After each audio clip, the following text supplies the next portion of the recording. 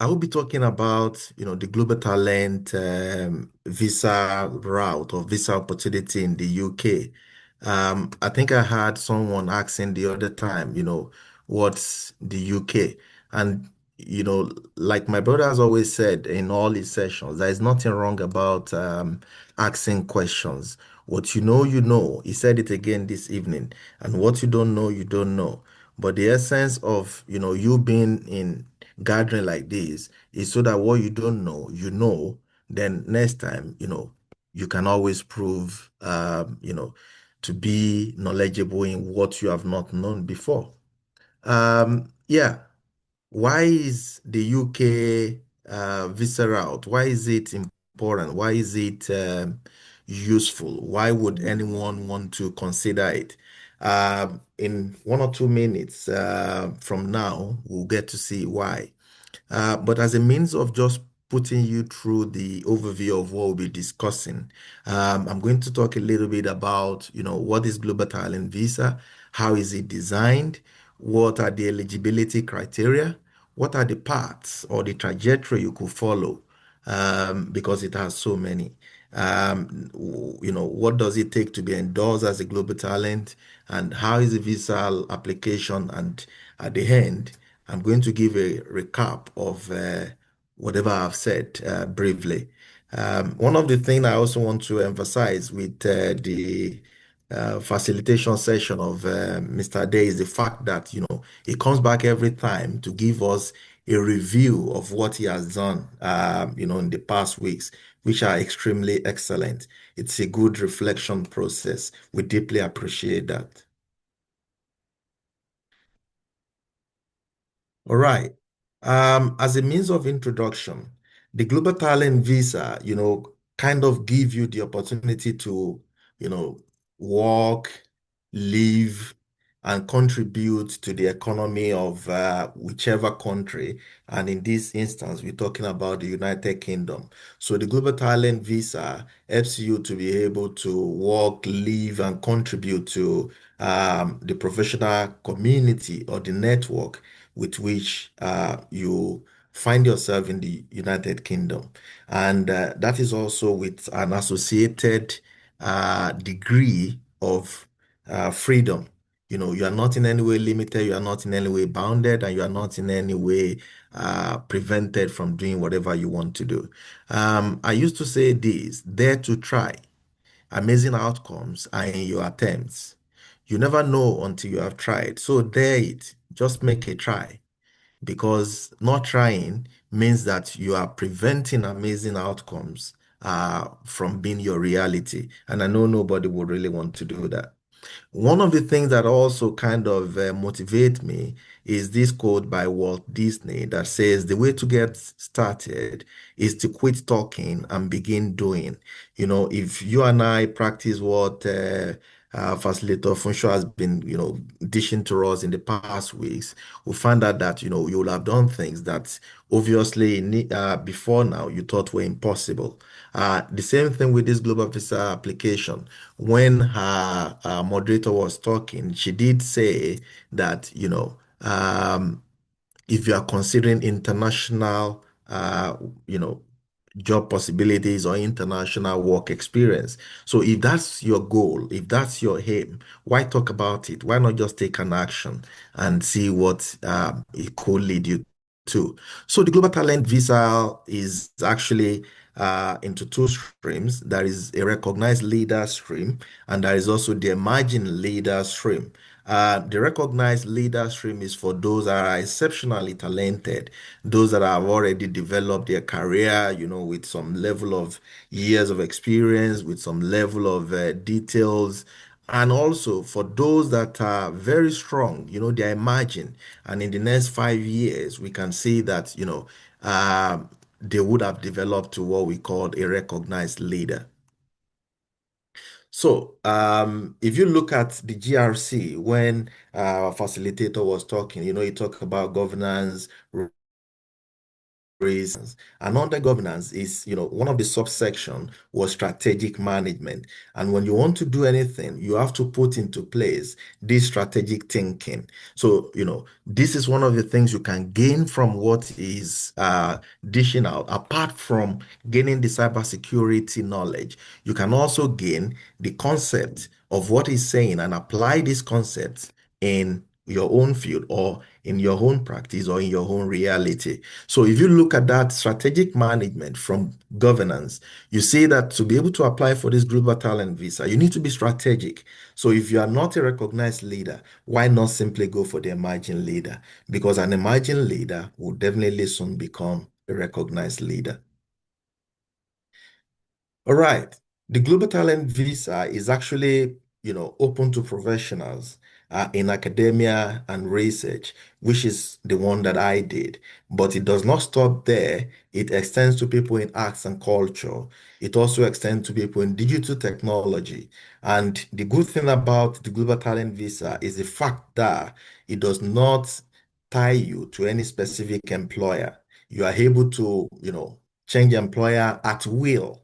And I repeat that you are able to change employers at will, and you are able to do whatever you want to do. You are able to either work for someone as an employee, or you are able to start your own business or consult or even pursue research independently without um, going to any research institution or research organization. So it gives you quite a high degree of freedom. And to be eligible, you must be 18 years or older. Or perhaps if you feel you are 17 and by the time the process will be over, you would have been 18. That's also something you could think of and, strategically um, do your application. Then you need to work in one of the eligible fields. Like I've highlighted earlier, it could be in digital technology, like cybersecurity. It could be in software engineering. It could be in academia, it could be in arts and culture, it could be in dance, it could be in photography, it could be in fashion. And some of these things are kind of surprising, but that's what it is. And again, what could make you eligible is if you have actually won a prestigious prize or get endorsed by any um, approved body that are specified by the Home Office in the UK. All right. Now, considering the fact that we've talked about this global talent, and what would be interesting to you is now, how do you go about it? To go about it, like I said, you could have won a prestigious prize. And how do you know if the prize you have won is prestigious? Because obviously, I can win a prize and think that is prestigious, but then the United Kingdom Home Office can say that, that prize is not prestigious. So they have a list of, the uh, awards that they classify as being prestigious. And I've put the link here. And even if you go to the website, Global Talent website on gov.uk, you can see a list of some of those awards that they have classified as being exceptional. And if you win any of that, you don't need any other further endorsement. All you need to do is just to apply once and for all. But if you have not won any of those prestigious awards, it does not limit you in any way. It only gives you the opportunity to take another route. And that other route is the endorsement route. And this route is what majority of people take. Because as you know, not every one of us will win a prestigious prize.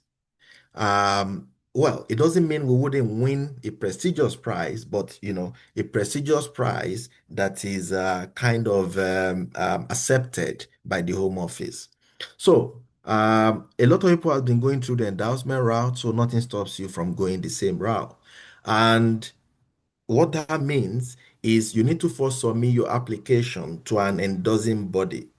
And one of those endorsing bodies is the Royal Academy of Engineers, if you are an engineer. Another body is the Royal Society for Scientists, if you are a natural scientist.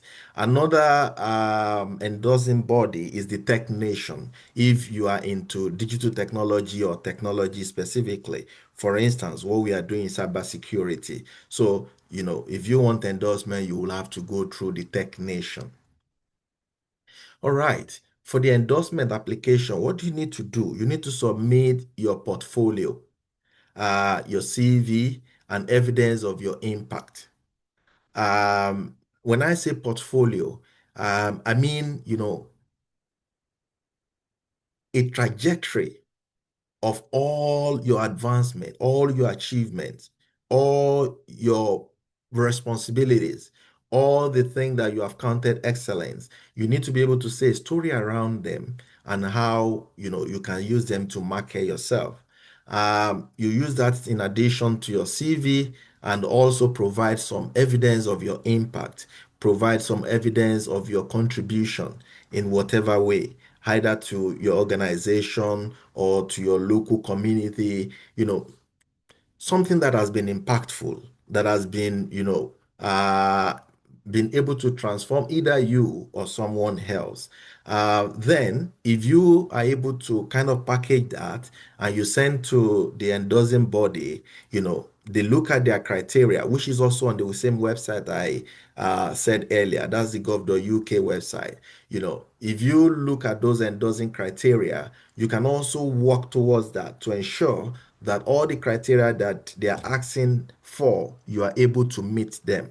And the ones that you cannot meet directly, you find a way of, finding a similar thing that could make you, kind of touch on that criteria, not just leave that criteria unattended to. So with that, there will be nothing but a good news of your application being endorsed. And after the application is being endorsed, what remains? Nothing than to apply online for the visa, submit your passport. So you need to get your passport. If you are from Nigeria, you get the Nigerian passport.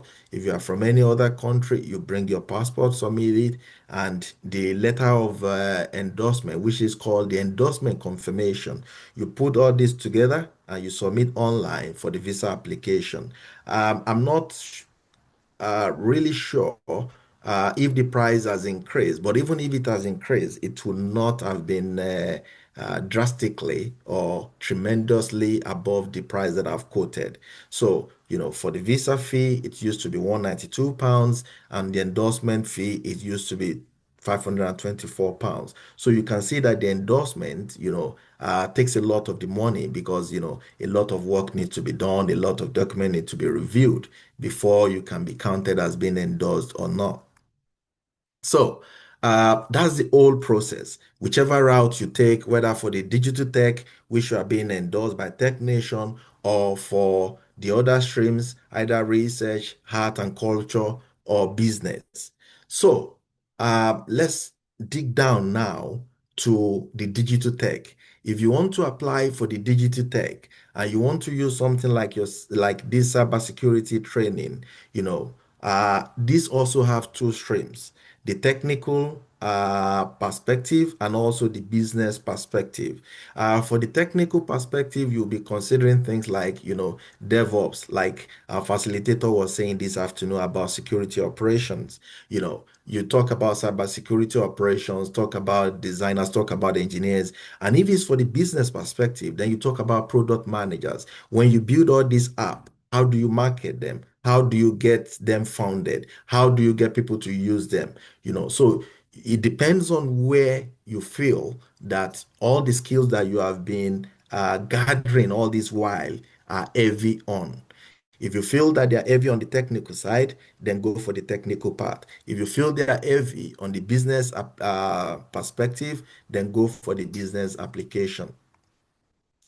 Now, what do you do to be able to apply as um, a digital technology person? The first thing you need to recognize is that you need valuable skill.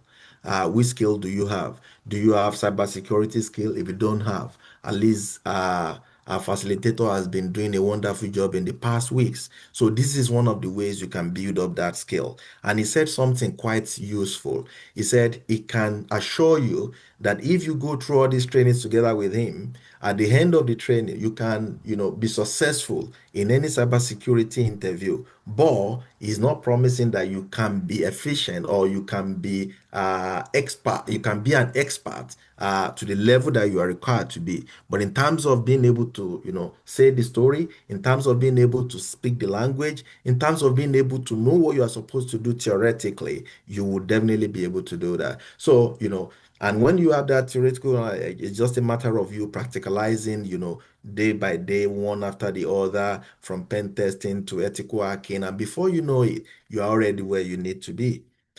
So think about it. Do you want to go through the tech route or through the business route, even in the tech nation endorsement? So if you're going in the tech route, that means you need to be like a product designer, a software developer, or an artificial intelligence or machine learning expert. And if it's for the business stream, like I've said, you need to develop yourself in product management, growth marketing, data analysis, and all that. Which platforms can you get some of these things? One of those platforms is Skill to Pro, where we are now. That's one of the platform where you can get this valuable skill. I'm sure you recognize that we've been getting cybersecurity skills for free since about some weeks ago.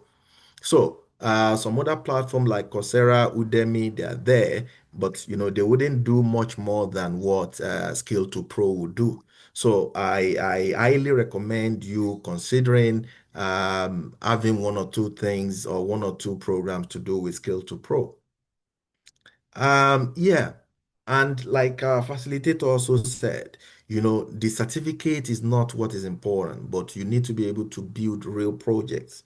You need to be able to, do something evidential, something that people can say, something that can impress people that, okay, before recently he talked about, security, the importance of security. And when you have security operatives around you, you feel some level of confidence. Perhaps before now, you cannot define any or design any security architecture. But, through this program, you've been able to gain some confidence, had knowledge together, been able to do something worthwhile. Some of these things you need to bring forward. Then again, your work experience. Um, you know, your work experience does not mean that you need to be paid for all the job and all the work you do. Some of them can be freelancing, some of them can be on volunteering, some of them can be remote internships. And there are quite a lot of platforms when you can find that remote OK is there, LinkedIn is there, different projects is there. Even with Skill to Pro, you can just write the admin, I have these skills. I see what you are doing. I feel I'll be able to contribute in this form and I'm not taking anything. I just want to volunteer. They are also doing a kind of good service, to the community. So you joining is actually something useful. And you can see some other side project like app development, YouTube channels, blogs, all these kind of create some impact. You see some people having about millions of people on their YouTube channel. In one way or the other, they are influencing people. So, all these things are actually what you can claim as your work experience. And if I need to let you know, in the UK about 4 years ago, social media influencers were not part of, a direct job, so to say. But today, social media influencers, they are skilled, they are recognized as skilled workers, and they can actually sponsor someone from anywhere. So, that tells you that, even the United Kingdom is not a stagnant place, a dynamic place where they are also, following up with, current trends and saying that, these people called social media influencer, they are actually influencing people. They're actually reducing the ignorance level of people. They're actually opening up people's mind. They're actually creating a mindset shift, to people. And then they need to be recognized for the good job that they are doing. Look at what our facilitator has been doing as well. This is not just something that would go unrecognized. Different organizations will recognize this for doing this just for free to a huge community like ours. So you can also take up invited speaking engagements like I'm doing now. One good thing again is when you have opportunities, just keep doing all that you can. You never know when you will need them. You never know when they will become, your saving grace. Maybe it's an online conference, maybe it's a free event somewhere, and you are invited to participate. Please take those opportunities. They could be what you use to put forward in your endorsement application.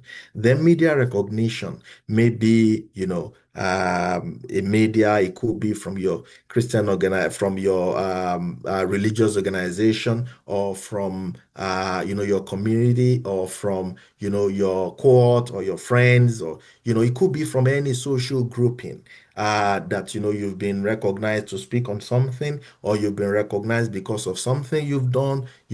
All these things are important. Or you need to just reach out to some blogs and say, hey, I'm doing this thing that is wonderful, nobody has done it before. There is no local community where you have group of potential cybersecurity experts that are talking together, that are helping themselves to develop, that are learning together from each other. Some of these things, you can share your own unique story, and you never know. That also count as a media recognition. Then don't forget that you are talking of the digital tech, and you need to show something that is really techy. And if it's business, you also need to show something that is business related. So for the tech side, you need to also show your contribution either to the open source or to different online projects or different innovative platforms. Look for some good labels, look for some strong evidences that you can pull across. And with that, it will be so clear that you are a talent, and a global talent for that matter. Then again, you need mentor and coaches. And I need to say that they do not need to be physical in most instances. They could be passive, they could be active, they could be someone just like you just admire, they could be someone just like you just observe, they could be someone just like you just follow, unknown to them even. But you know that you have one or two things you gain, one or two perspective that you learn from them. So, and the way life goes around is, whatever you take, don't forget to give it back. So, when you get some mentors like our facilitator has been doing today, just look at his approach, the way, he defines concept, the way he relates concept, the way he reflects on concept. Those alone could be what you're gaining from him. You might not even want to learn cybersecurity, but at least you will have learned something in terms of his facilitation skills. So there are so many things to learn from him, and from different other people that does this kind of facilitation. Then don't forget to post on LinkedIn. Be public, don't be private. If you are private, try to become public. That's the only way you can make impact. I do not mean that you should spend most times on social media, but I do mean that let people see and know what you're doing. Is that okay? Just to say a little bit, if you have done that, then I would expect that your application would be successfully endorsed, and then we can now jubilate. And I just want to drop some few insight from my own journey. Don't forget to highlight specifically, your leadership contribution. You lead an organization, you lead a small group, a big group, whatever it is.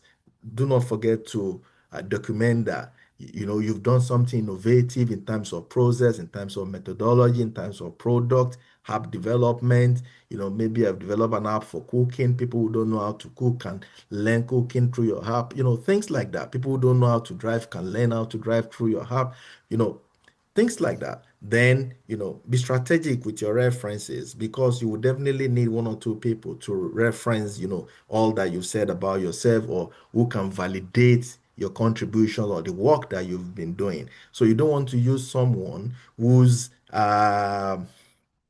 portfolio is not even stronger than yours. You don't want to do that. You want to use someone that you can leverage on. One of the scientists I respect and love so much is Isaac Newton. And what did Isaac Newton say? He said, I rely on the shoulders of those that have gone ahead of me so that I can see further than them. It's not so that he can see like they have seen, but so that he can see further than they have seen. So you should be able to find people that you can leverage on their own skills, their own competencies, their own impact. And, through that, they can also lift you forward. Don't rush, take your time. If you are planning to do this, give yourself time. Everything takes time.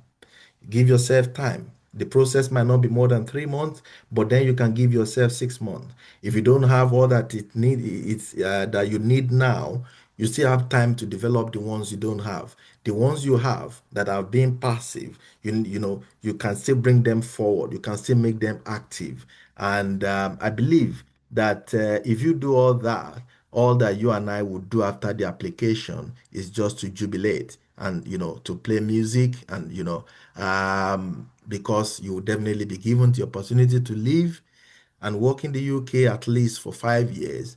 And with that, you can start your business, you can collaborate with people, you can change jobs, you can do whatever you want. And if after 3 years you want to live there permanently, you can also be given the opportunity to sell. And then I would believe that that would be something valuable that you have been able to do. Um, all that we do in Skill to Pro is just to drop the seed. So, in case you need more information, you need skill mapping, you need positioning, we are able to help you to do this. But then, you need to contact us, and then we'll be able to, find a way how we can help to position your application and see that you are also a global talent. On that note, I want to say thank you for listening. I've been able to present on, the different streams of global talent using the academic, the art, culture, the business, or the digital technology framework. And considering the fact that we are doing cybersecurity, I've been able to say that for the digital technology, you can actually come through either the technical side or the business side. And I've been able to say the eligibilities, I've been able to say, some of the things you need to put together in terms of your portfolio. And then I've been able to put across some financial implications. And at the end, I feel you and I should be able to rejoice if everything goes well. Thank you for listening. And if you have any question, I'm happy to take them now. Thank, thank you so much, sir. Thank you so much, Professor. Please let's appreciate him. Thank you so much. So do we have questions? Do we have questions? Do you have questions for Professor so he can attend to? We still have like I think we still have like 5 minutes. Please, you can put your question in the chat box. Do we have any question? Is there any part of what you spoke about you need clarity? Okay. Okay, because of our time, Desmond, I'm going to allow you to speak. You can unmute, but please, just 30 seconds. Thank you. All right. Thank you so much. I also want to appreciate the facilitator. You did a very wonderful job with explaining the whole process and breaking it down.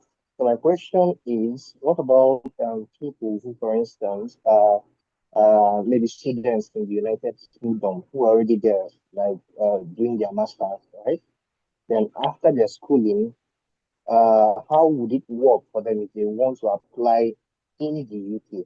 To switch from maybe student visa to a global talent or something like that. So how is the process? Is it possible? I Yeah. want to know if it's possible and what's the process. Thank you. Very good question, dear Desmond. Very, very good question. We say all these things, but there are some hidden facts. There are some hidden processes. It's not as we tend to try to make it as clear as we can, but because each uh, case and scenario are particular to the person, you know, you need some kind of wisdom to be able to navigate. Now, like what you've just said, it's possible that you are in the UK already and you want to move into any other kind of visa. Myself, I came to the UK with a skilled worker visa and then I transitioned to the global talent visa. And where I can recognize the importance of your question is, you don't want to uh, move away from the skilled worker visa and then you apply for the global talent and you don't get it. Then you are now empty. No, you don't want to do that. So, what you need to do is what I call skill mapping. Like I said, that we in Skill to Pro can help you. We do the skill mapping. We look at everything that we need to look at. Whatever we know that you need to do, we let you know, without any prejudice, so that we are extremely sure that if this go forward, then it's coming back as a successful case. And even if it is not a successful case, based on what we've seen, we can be able to appeal and, put things forward and say, we want to understand why it's not, it's always a fair process. So, like I said, it's possible. Then again, you do not need to move away from your either student visa or your skilled worker visa until you have the global talent visa so that you don't put yourself at a disadvantage. I hope that's clear enough. Yeah, very correct. Thank you so much.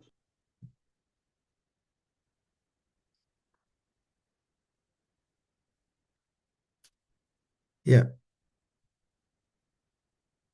So I think the time is up, and I want to hand over back to our moderator.